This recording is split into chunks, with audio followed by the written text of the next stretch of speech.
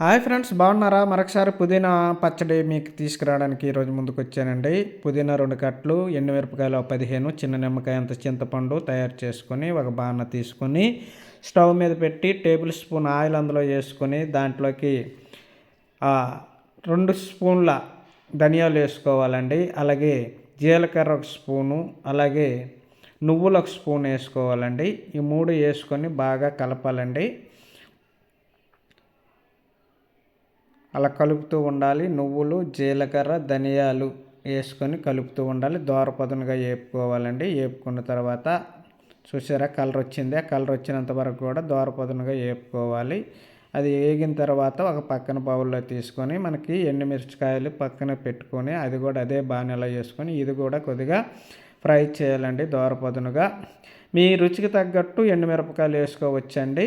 దానికి కూడా కొద్దిగా ఫ్రై అయ్యాక అది పక్కన పెట్టుకొని అందులోకి కొద్దిగా కరివేపాకు, అలాగే 1/2 స్పూన్ మెంతులు వేసి ఇది కూడా దోరపదునుగా అయ్యేటట్టు వేపాలండి.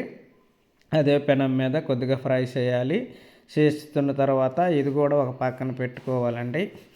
ఎందుకంటే ఇది కూడా మనకి మిక్సీలో వేసుకోవడానికి బాగుంటుంది.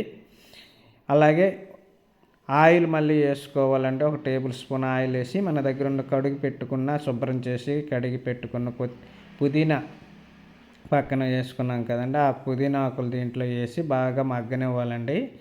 ఈ పుదీనా ఆకులో ఉండే నీరంతా పోయినంత వరకు చూసారు ఎలాగా దాంట్లో ఉండే వాటర్ కంటెంట్ అంతా బయటకు పోయి అది ఆ రకంగా తయారైనంత వరకు మగ్గనివ్వాలండి. మగ్గిన తర్వాత అది పచ్చడికి బాగుంటుందండి. కనుక ఇది ఒక పక్కన పెట్టేసి ఇప్పుడు మిక్సీలోకి మనం తయారు చేసుకున్న ఆల్రెడీ పోపులు, అలాగే ఎండుమిర్చి అన్నీ కూడా అందులో వేసుకోవాలి. దాంట్లోనికి ఒక టేబుల్ స్పూన్ సాల్ట్ వేసుకోవాలండి. అలాగే ఒక తెల్లుల్లి రెబ్బ అంటే ఒక పాయ ఎన్ని రెబ్బలు వస్తే అన్ని రెబ్బలు అవి వేసి మిక్సీలో వేసి బాగా ఆడించాలండి. ఇగోండి ఈ రకంగా తయారైంది.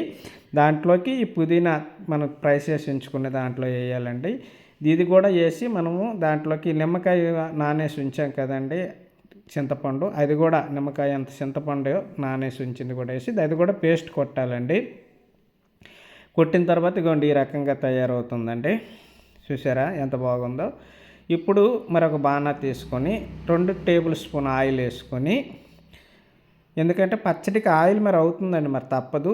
2 టేబుల్ స్పూన్ ఆయిల్ వేసుకొని దాంట్లోకి పోపు సామాన్లు వేసుకోవాలండి. అది కొద్దిగా మగ్గనివ్వాలి. దాంట్లోకి అలాగే ఇంగువ వేసుకోవాలండి. కొద్దిగా 1/2 స్పూన్ ఇంగువ, మిరపకాయలు, అలాగే కచ్చబచ్చ దంచిన తెల్లుల్లిపాయలు, కరివేపాకు, ఇంగువ పొడి కొద్దిగా వేసుకొని బాగా కలపాలండి. చూసారా ఇలా కలిపిన తర్వాత కొద్దిగా వేగిన తర్వాత ఇప్పుడు మనం తయారు చేసుకున్న పచ్చడిని దీంట్లో వేయాలండి. మిక్సీలో నుండి తీసివేసి అలా తీసివేసి మొత్తం ఆ మిర్చిలో అంతా వేసి బాగా కలపాలండి. ఎంత బాగా కలిపితే అంత మంచిదండి.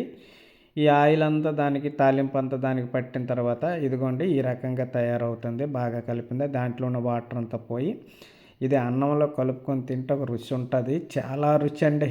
ఇది ఈ పచ్చడి నెల రోజుల వరకు పాడవకుండా ఉంటుందండి. దీనివల్ల గ్యాస్ట్రిక్ సమస్యలు రావండి. పుదీనా ఒంటికి మంచిదండి, కంటికి మంచిదండి, కడుపు ఉబ్బరానికి మంచిదండి. ఈ పచ్చడితో మీరు డైలీ తినండి, ఆరోగ్యాన్ని కాపాడుకోండి. Thank you.